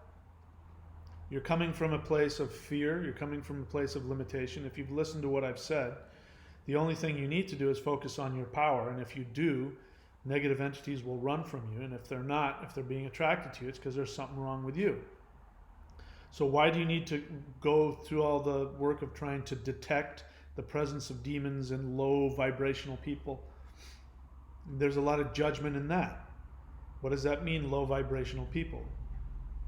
So I would get rid of the judgment. That doesn't mean that you're higher vibration than them. I mean, I understand the terms and I use those terms as well, but there's a judgment in that I'm wanting to bring out to you. Judgment comes from fear. Judgment comes from insecurity. So what you're really saying, and you don't know it, is that you are afraid that you are a lower vibrational person. And so you look for it in other people so that you can tell yourself you're not. It's coming from your own insecurity. The best thing to do is to see everybody as your equal and to have compassion for people who are in pain and to have compassion for people who are acting and living a life that's harmful to themselves and to others. And how would you do battle? Why? Who said you had to go do battle with other people's demons? Who told you you needed to do that? You don't need to do that. I was an exorcist, and there's a reason why I'm not an exorcist anymore. I'll tell you why. I've said it before, but I'll say it again. Short story is, it became clear to me that every single person who was possessed that I did exorcisms on had invited the demons themselves, not consciously, but because they were running away from themselves and they had been severely damaged emotionally, spiritually, sexually, and they had unresolved trauma and unresolved unforgiveness. And so the only way that I could get the demons to leave was to get them to verbally forgive whoever had harmed them. And a lot of them would refuse to do that, and the demons wouldn't leave. I mean, I had a 100%, I did it. But until they said, okay, I forgive Uncle John, or whatever it was, the demon wouldn't leave. And after all that, I came to realize, and then afterwards I tell them, listen, you got to go to counseling, you got to go to your pastor, you got to do something. And if they didn't, the demons came back, and I knew it was their choice. They were choosing. They would rather be possessed by demons than face their own pain. So it's not your job to do battle with somebody else. It's your job to do that battle on yourself. And then the question is, why are you even around such people? What are you doing that's attracting them into your life? Spend some more time on my channel so you understand, what this means. And the whole focus of my channel is we take full responsibility of our lives. We take full responsibility of our own awareness. That's, if you want the one thing that will get you everything, that's it. You take full responsibility for everything. You refuse to allow yourself to feel victimized by anything or anyone, regardless if it's God or the government or your next door neighbor or the coronavirus. If you refuse to allow yourself to feel victimized by anything, you never have to worry about going to battle against anything. Canaanites. Thank you, Stormageddon, Dark Lord of all. The Hebrews are none other than the Canaanites, which guess who they went to go destroy? Themselves. By the way, the whole story of Moses and the children of Israel coming out of Egypt never happened. There's not only is there zero physical archaeological evidence for it, which there would have been, because it was something like 1 million people, something like that. I don't know what, it was a huge amount of people supposedly wandering the desert. There would have been so much archaeological evidence of it. and there's no written evidence of it anywhere. It was only written down in 300 BC by the Hebrew elites that were coming back from being in captivity in Babylon. Until that time, you never heard of this. This was a mythology they created because they're in Babylon, and they wanted to write a mythology about how they escaped their Babylonian captors, but they couldn't do that because if they had been writing about that, the Babylonians would have put them to death or stolen it. So they wrote about ancient Egypt, which for them, they were writing about, for them, even ancient Egypt. So the Babylonians were like, oh, that's an interesting story. Who gives a crap? Yeah, you can write that if you want. And then they came back and used that as a way to hold on to power. But Moses and Joshua came to destroy the Canaanites. The Canaanites are the Hebrews. In fact, it even says that. And there's a couple of verses in there. It says that they are the Canaanites. And ancient Canaanite writing is nothing more than an earlier version of Hebrew. So they're destroying themselves. They are writing how we are destroying ourselves. That's the Abrahamic religion. It's totally about self-hatred and self-destruction. It is the most toxic thing on the planet.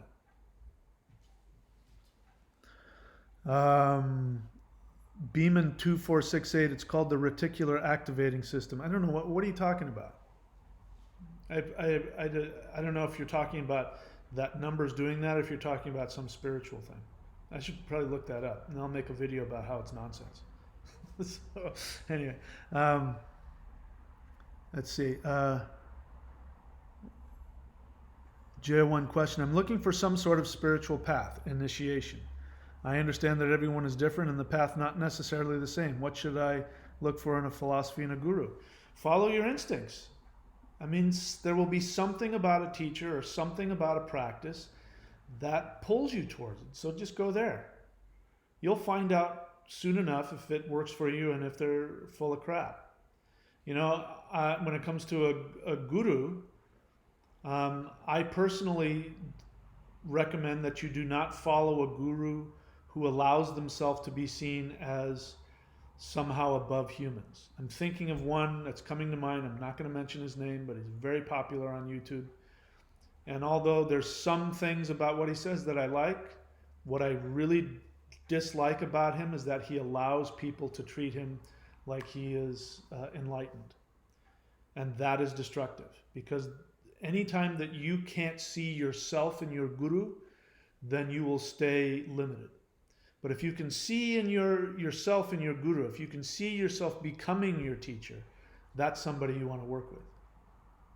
And, you know, for me, actually, I'm thinking about it now. When I trained with my first Taoist teacher and I saw the powers that he had some crazy powers. He was a nutbag, really insecure, total, immature nutbag. But he had a lot of power. And I wanted that power. And as soon as I saw him do that, I said, you know what, if he can do it, so can I. He was a great teacher for me because that mindset helped me to get to a level of mastery I wouldn't have got if I hadn't had that.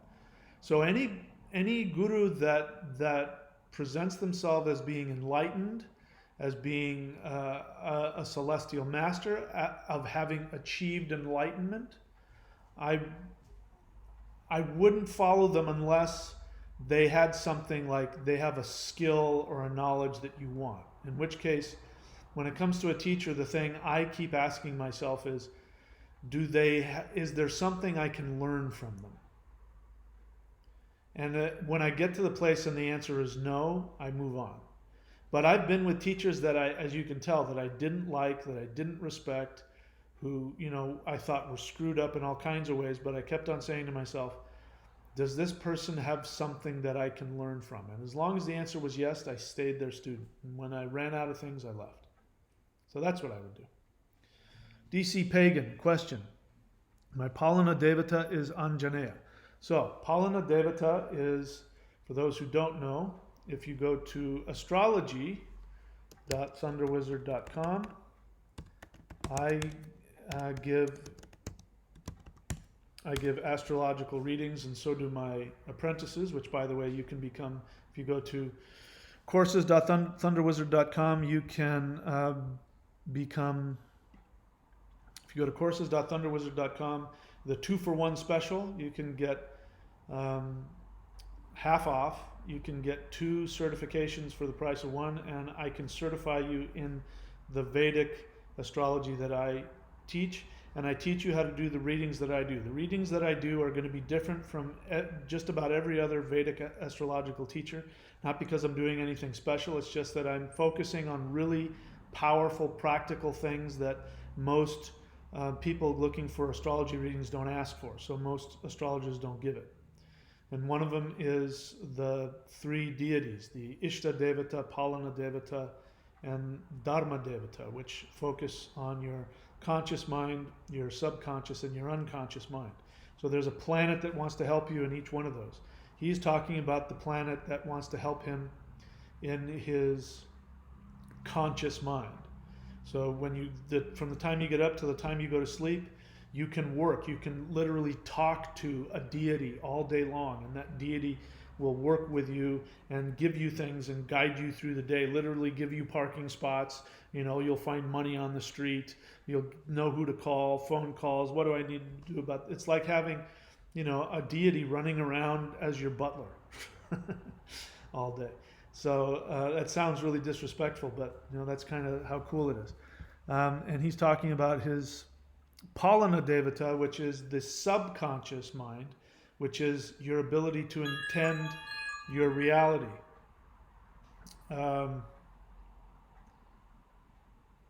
Anyway, hang on one second. I just need to respond to this text because it has to do with this whole coronavirus shutdown thing. And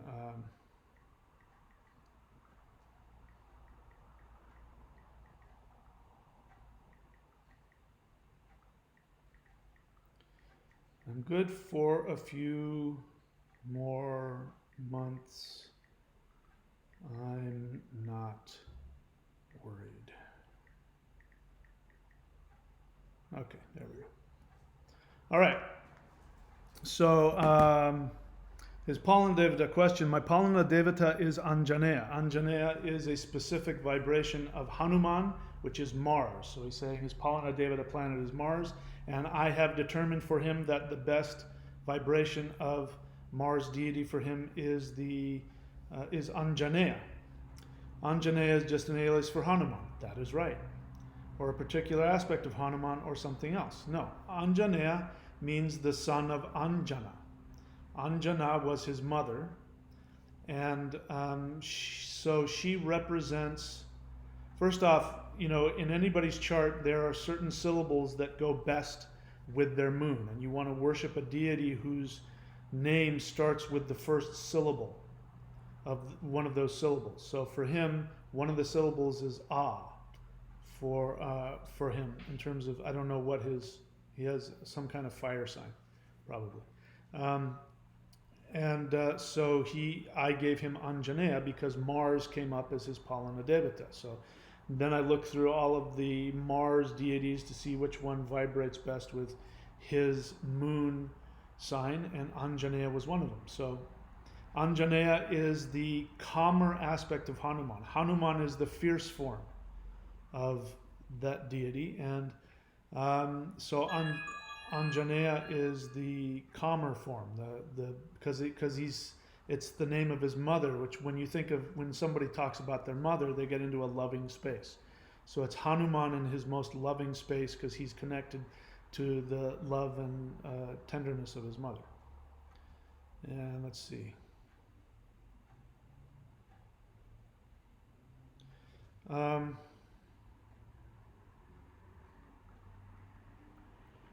I'll say hi. All right. So,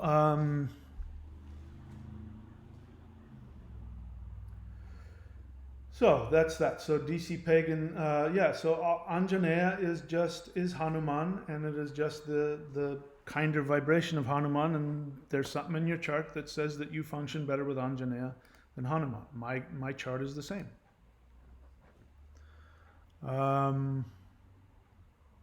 See, where else? Matt Buckingham live. I did your $100,000 in the 100 days magic rune ritual for one time and transformed me, and the runes led me to $86,000 so far, plus 300 acres and a beautiful new house, all documented. Wow! That's so awesome! Wow! How cool is that? You know, I got to tell you, I do these things as experiments. And that was an experiment. Because I honestly, as I say in that video and in that teaching, you know, if people want to worry about, oh, I'm going to pay $50 for the Manifestation Mastery course. I mean, that was the second half of that. If you paid that $50 a month for that, you would have gotten the second half of that ritual. I don't know if Matt did or not. But look what this guy got out of that.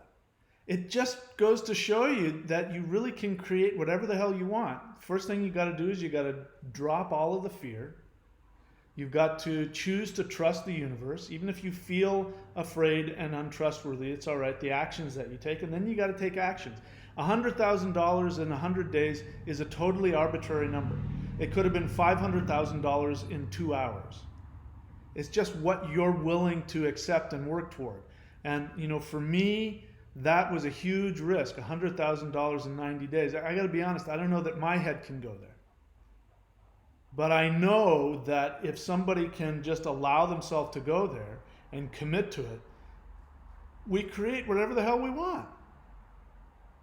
All of you victims out there, look at that. That's awesome. Thanks for sharing that with me. I appreciate that. Nat, hippo question. If I go to AA, what higher power should I pray to? I don't care. They say that you can pray to whatever form of God you want. Some people pray to doorknobs.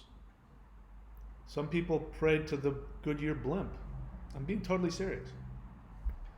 So it doesn't matter. It just has to be something that's not you. Even if you don't know what it is, and you know, God, good orderly direction. It just, as long as it's not you, don't make a big deal out of it, okay? And this is a question you ask them. Just go and ask them. That's the great thing about it. You can sit in one of those meetings and you can say, hey, who should I pray to? I don't understand. And somebody will talk to you after the meeting. What is the source of the spiritual help? That's none of your business. That's the whole point. Stop trying to figure things out. That's why you drink. You drink because you think if you control everything and you can figure everything out, you'll be all right. Is that serving you? It's not serving you because you keep wanting to drink. So that's the whole thing about being powerless. The only thing you don't need to worry about is you don't need to pray to anybody if you don't want. You can make up a God as long as it's something that's not you. So there's my answer to that question. Hallie Julia, so satanic ritual abuse. Are you asking a question? If you're asking a question, please write the word question. I'm not so sure. I haven't even got into it yet, but it sounds like your question isn't really a question. It sounds like you're going to be passive-aggressive and sarcastic, but let's see. I could be wrong. So satanic ritual abuse, all these kids that were abused starting at young age, ask for it. Are you new to my channel? Obviously you are. And why are you talking about other people? You want to know why? Here, everybody watching, you want to know why Hallie asked this question? I'll tell you why. So let's look at her question again. She says, and this again, you guys got to be careful. If you don't ask an honest question, I'm going to know what your insecurity is. I'm going to come after you, and I'm going to use you as an object lesson. I'm going to slice you open and show everybody all of your negative victim mentality, denial stuff, because other people will benefit from it. You don't want me to do that to you. Don't try and go head to head with me, because you'll lose every time. Ask an honest question. If you don't like my answer, the best thing to do is not say anything. I'm saying that for your protection, because if you double down, you keep coming back, I'm just going to keep, I can go all day fighting against your insecurities. So satanic ritual abuse. First off, there's an assumption. And it's a joke. There's been serial killers that it was such a big thing, satanic ritual abuse. It's been, the idea of it's been going on since the 70s. And in fact, there is a very famous spiritual teacher on YouTube who claims to be some enlightened being and an alien and all that. And she also says that she's been ritually abused and blah, blah, blah. And she's actually quite a nutcase. And people are coming out of her cult and talking about what a nutcase she is.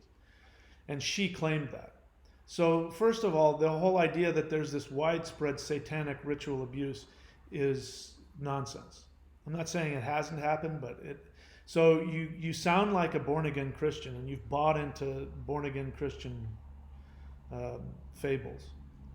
So assuming you're right, which of course that's an assumption, all that ritual abuse, that's an assumption that isn't proven. All these kids that were abused starting at a young age, you act like there's hundreds of thousands of young kids that were ritually abused by Satanists at a young age. Show me the evidence for that. So why are you drawn to that whole fable? I'll tell you why. Because if you follow my channel, you'll know that everything is projection. Projection, if you don't know what it means, go Google the phrase psychological projection. Go type that phrase in, Hallie, if you don't know what it means, because this is what you're doing. What I know from that question is that you feel as though you are a child who's being ritually abused. So it makes me want to ask you all kinds of questions about your childhood. At the very least, I can tell that you've been shamed, probably by your parents. Your parents shamed you, maybe in a real subtle way. But you feel like this. You feel like you're a victim. And so when I say to you, and again, here's the other thing. I'm almost 100% certain you were not satanically, ritually abused as a small child. If I'm wrong, correct me. I'm almost certain you were not. So instead of having the honesty to talk about your own feelings of victimization, which is what you really want to talk about, you go and find the worst possible example, which is even in that is a non-reality. You could have said, starving kids in India. You could have said,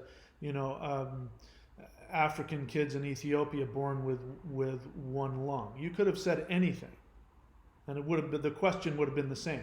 So they chose that. What you're really wanting to ask me is how could I possibly say that your problems are your own making? Because that's what you really want to talk about. You really want to get angry with me because I'm saying to you, Hallie, Julia, that you are responsible for all of your pain, for all of your problems in your life, for all of your sadness, for all of the things that have never worked out, whether they be relationships or money or health or anything. And so it's really cheap and, quite frankly, very cowardly of you to use, even if you were right and there were young kids who were satanically, ritually abused. It's really like selfish and cruel of you to use their pain as a way to justify you not wanting to take responsibility for your life. Because that's what your question is. You're mad at me because I'm telling you that you are responsible for all of the things in your life, and that your victim mentality, to whatever degree you have it, is yours, and if you choose, you can be healthy and happy and powerful. But that there's a part of you that there's pain within you that is so uncomfortable that you would rather be a victim. So you worship Jesus and Satan is out to get you or whatever. That's why it's important to ask an honest question. That's not an honest question. A Lauren question, is there any merit to Southern Baptist practice of anointing oils on possessed people?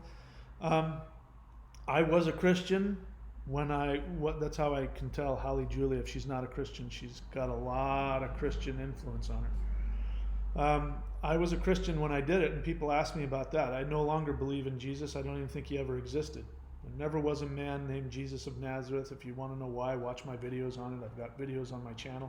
Again, learn how to search within the channel, not all of YouTube. If you want to find out about demons, demon possession, is Jesus real, Christianity, you can go on. If you learn how to search within my channel, type those in, and you'll see hundreds of hours of me talking about it. If you really want to test to see if your belief in Jesus is real, if you're willing to know the truth, I'll blow your mind.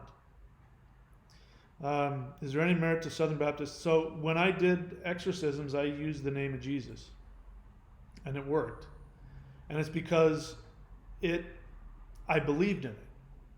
So it doesn't matter what you believe. You believe in Buddha, you believe in Jesus, you believe in Muhammad, it doesn't matter what name or what thing that you believe in. It's that belief which gives you a power within yourself.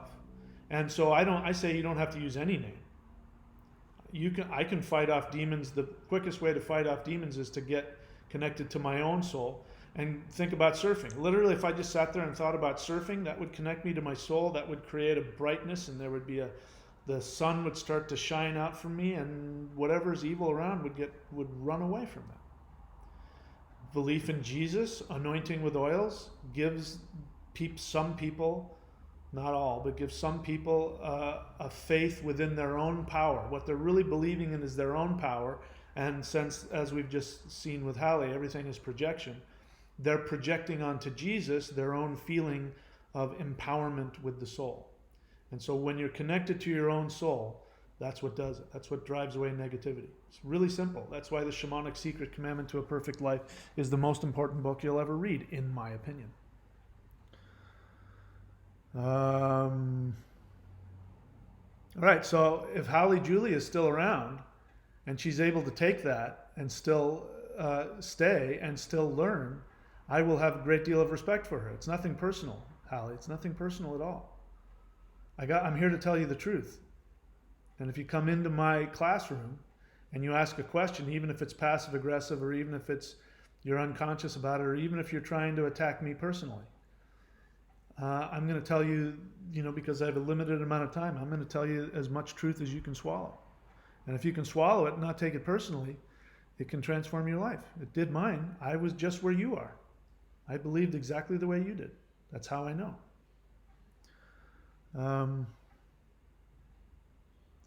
Johnny30806. So I know you wanted to be cute and say something and attack me, but you threw in a word that's a flag word that YouTube takes out, and so YouTube has held it for my review, and I can choose to put it there or not. If you continue to do this, to be a troll, I'll just block you.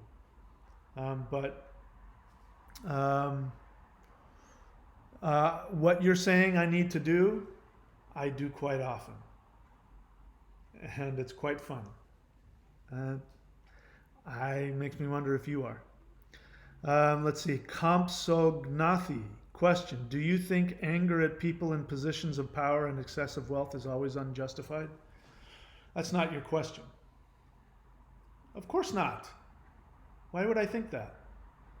Having anger at people has nothing to do with their position of power or how much money they have. There are and have been throughout history people who have plenty of power and plenty of wealth who we would clap if they walked down the street, and so would you. Why are you only focusing on the ones you have anger towards? So what you're really angry at is you're angry at rich people who you believe have power over you. That's really the point. And I mean, people, look, there has always been people, rich people, even if you live in a tribe, there's always somebody in the tribe who has excessive power and uses it. It has wealth. They have 10 more coconuts than you do. This is nothing new. I mean, it's just amazing. People want to, this is the worst president ever. And well, get over it. Nero was a really bad emperor. And, there's always been bad people of power. And there's always been rich people. Here's the thing. If you are connected to your soul and you follow your joy, for me, if I want to be happy and healthy and prosperous, it's real simple. Go surfing. If I go surfing, I'm guaranteed all the money I need, all of the resources I need, all of the happiness that I need, all the health that I need.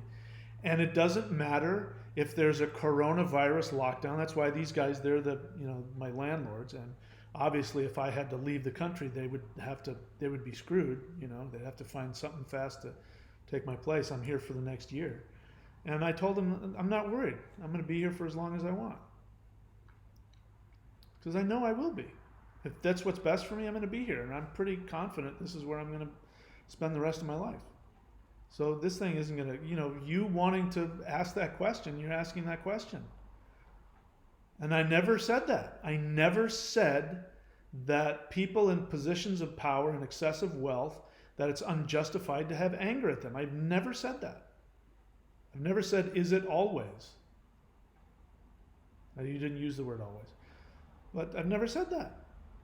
I've said that if you follow your soul, it doesn't matter what anybody else does. Even if it's the president or the king or the next door neighbor or your wife or your son it doesn't matter. There's always going to be somebody doing something, but you'll be protected if you follow your soul. Because if you're following your soul, what the universe needs more than anything. I want everybody to listen to me.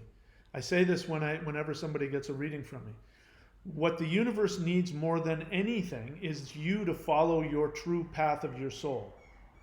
If you are following the true path of your soul, everybody in the universe, gods, demons, presidents, emperors, trees, rocks, I think that's a cockatoo screaming over there. Cockatoos must serve you. They must serve you because you following your path is what, and myself too. I need for you to follow your path. If you follow your path, I am your servant. So if you're doing that, why are you wasting time being angry over things that are out of your control anyway? How does it serve you to be angry at people in positions of power? All that does is reinforce how insecure and how small and how victimized you feel.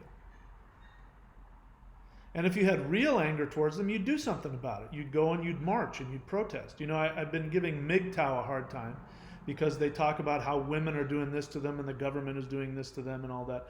And yet, there's a difference between an actual activist for male rights, and there is no shortage of women who are activists, who are helping men get their rights, in specific situations where the law is skewed against them.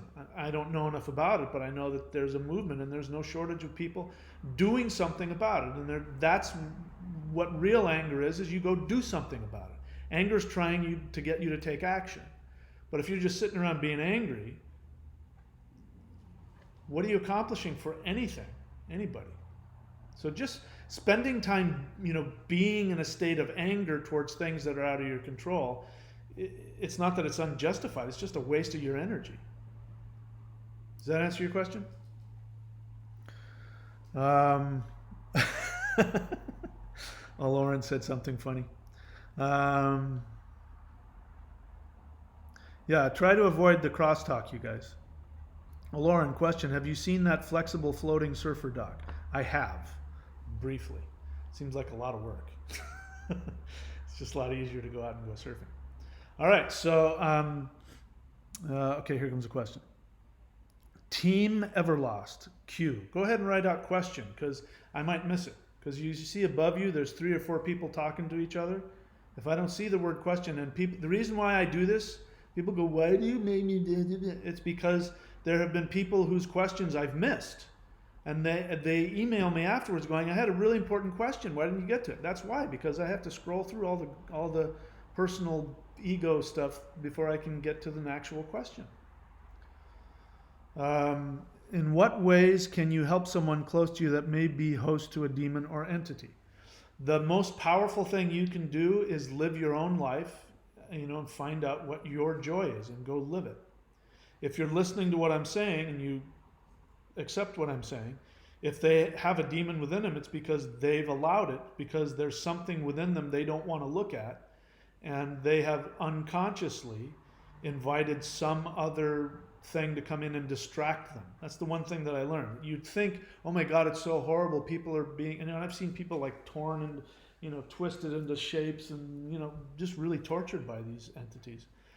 But that torture that they're experiencing, they actually want, on an unconscious level because they need a level of pain that will distract them from the level of pain that they're experiencing, which is way up here. If they were to look at how painful it was that their dad did such and such to them, or that their mother abandoned them, or whatever happened to them that was so intolerable, and I'm not making fun of it, that they can't deal with it, then they being attacked by a demon is far less.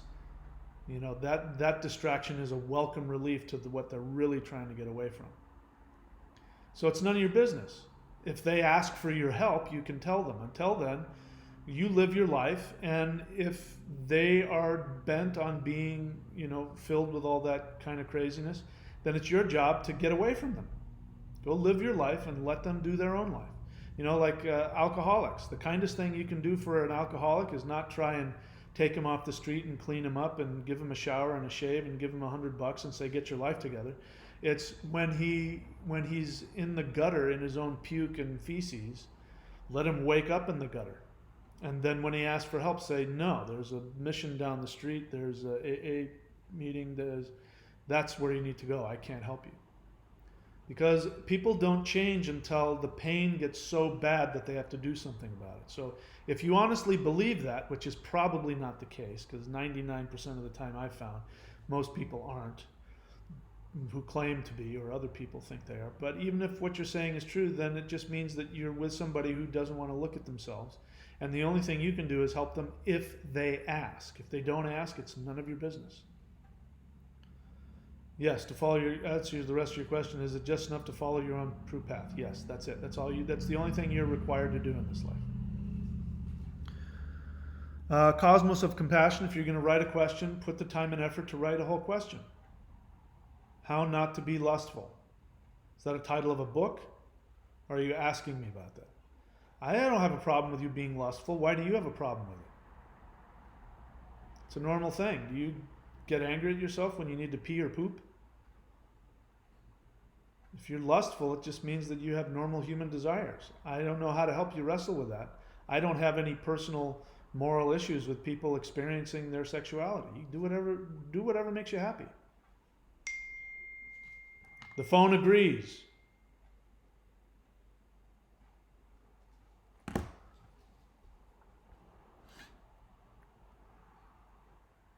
Does that mean I need to create a piece of art? I don't understand the question. Did you get a reading from me and your Atmakaraka is Venus, in which case you need to channel your sensuality into constructive ways? If that's the case, why not create a piece of art? That seems like a beautiful way to take your creative energy, which is what lust is. It's part of your impulse to create, and to focus that on a piece of art. Beautiful answer. You answered your own question. All right.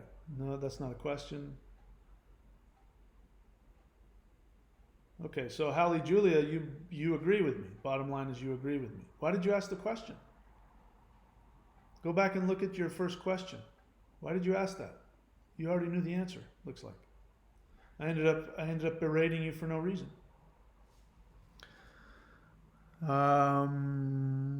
Nat Hippo question: is intention important? Yes.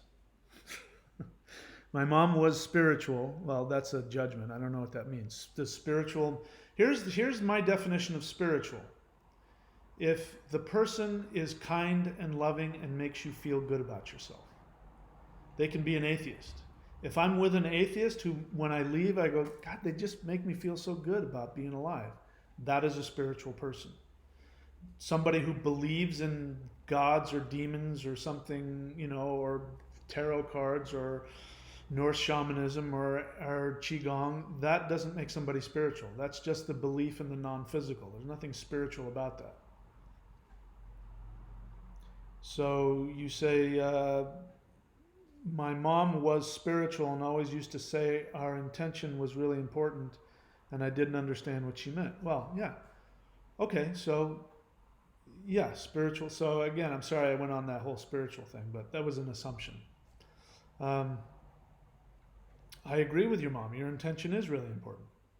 Intention is, I was about to say everything, but that's not entirely true. But it's absolutely necessary. Without intention, nothing happens except chaos.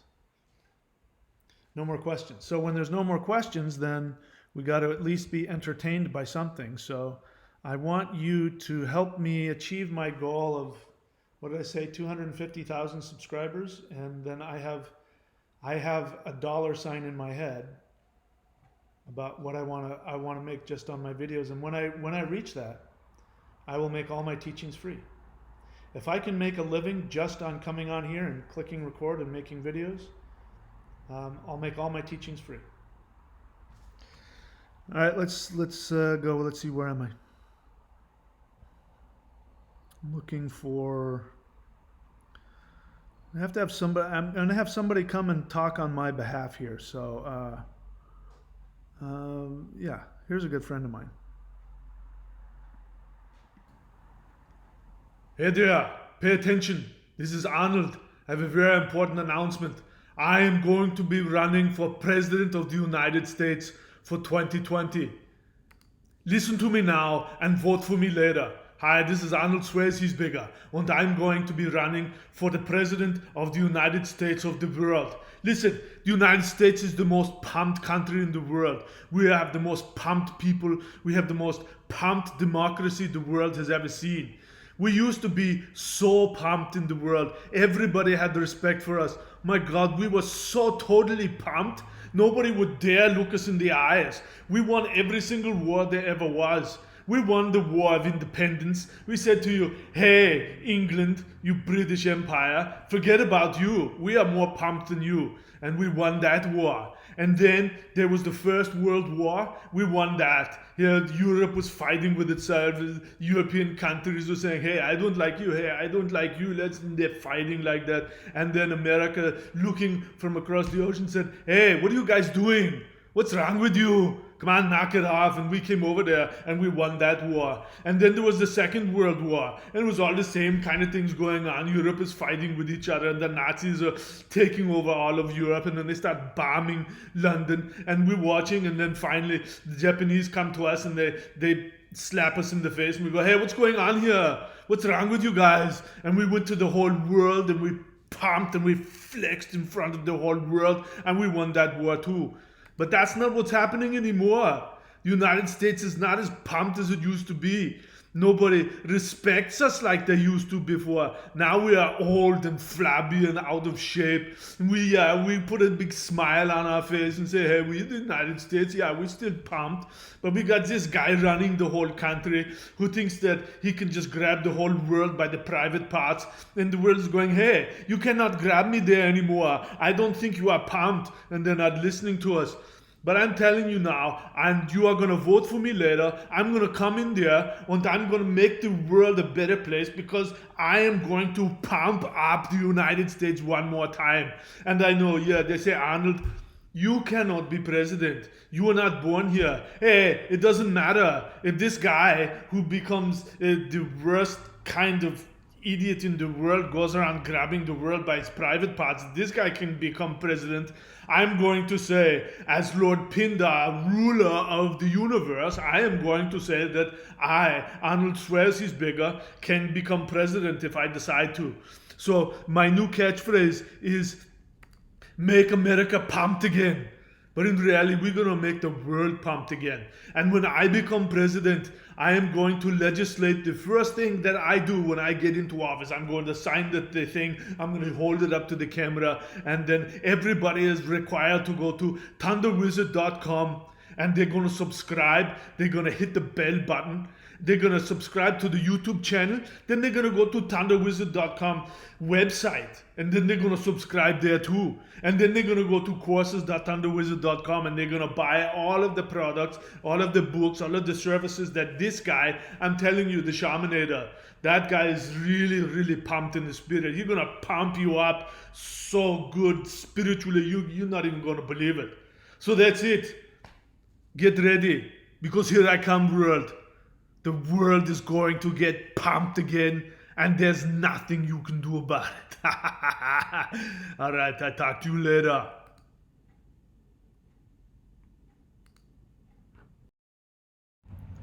All right, so I think we should all listen to him.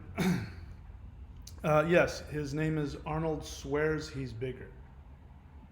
Not Arnold Swayze, he's bigger. Arnold swears he's bigger. And what party is he in? He's in the Pumptitudelnist party. The party that says that everybody should be pumped. Everybody has the right to be fully pumped. All right, see what else. Oh, so now we get to Cosmos of Compassion's real question. Because I am lustful towards someone that I'm not sure feels anything for me. Time to move on. Don't take all that beautiful energy and give it to somebody that wants it. There's guaranteed, there's somebody out there feels exactly as you do and says, if I could just find somebody that would direct their lust at me, I'd be so happy. There's somebody out there that wishes that you would just take it and give it to him or her. So go find the person that wants it. And the person who doesn't want it, it's their loss. That's how I look at it. And I know I'm right. Somebody walks away from me, man, your loss, not mine. He should have run way back. He couldn't. He would have. You're not allowed to run for president if you're not born in America. So he would have. He and to his credit, he found the largest political office that he could find. I mean, he's right. He was governor of the 6th largest economy in the world. So that is a more powerful position than being,